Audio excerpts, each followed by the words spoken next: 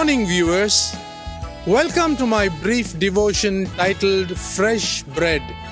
And I do hope that it makes an impact in your life as you begin a new day in Christ.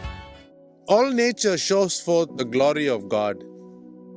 Apostle Paul, in his brilliant letter written to the Roman Christians, says, "Ever since creation of the world, His invisible nature, namely His eternal power and deity, has been clearly perceived in the things that have been made, so that they are without excuse."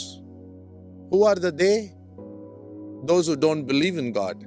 For although they knew God, they did not honor Him as God or give thanks to Him, but they became futile in their thinking, and their senseless minds were darkened. Read Romans chapter 1, verses 20 and 21. Let me share a very simple illustration which all of us are very familiar with. Consider the chrysalis of the caterpillar, and we can see how God transforms this hairy worm into a beautiful butterfly.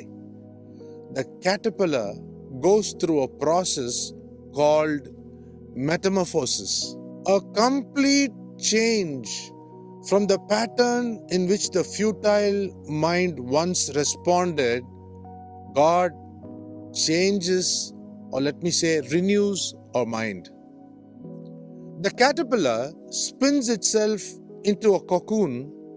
It is in this place of confinement, should I say, it goes through the tunnel of afflictions or dark periods, so that the nature of the creature is changed. At the appointed time, the butterfly releases formic acid that burns a hole in the cocoon, and out from it comes the chrysalis, an object of great beauty.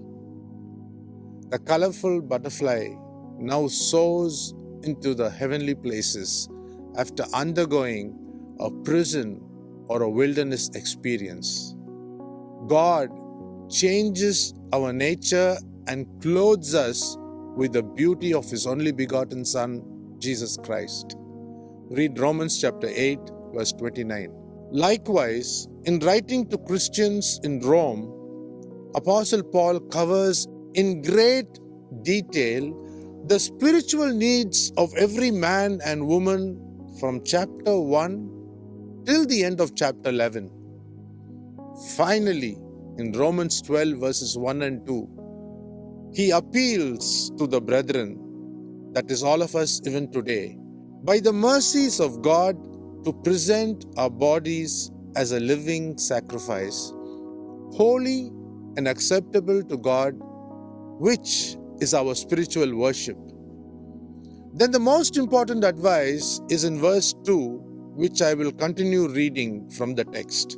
Do not be conformed to this world, but be transformed by the renewal of the mind. This is the metamorphosis Paul is talking about, so that you may prove what is the will of God, what is good and acceptable and perfect. In other words, only a renewed mind will accept the will of God and work tirelessly to become perfect like the Son of God. Has your once futile mind now been renewed by the power of God? Think about this question I've asked you. God bless you. See you tomorrow, God willing.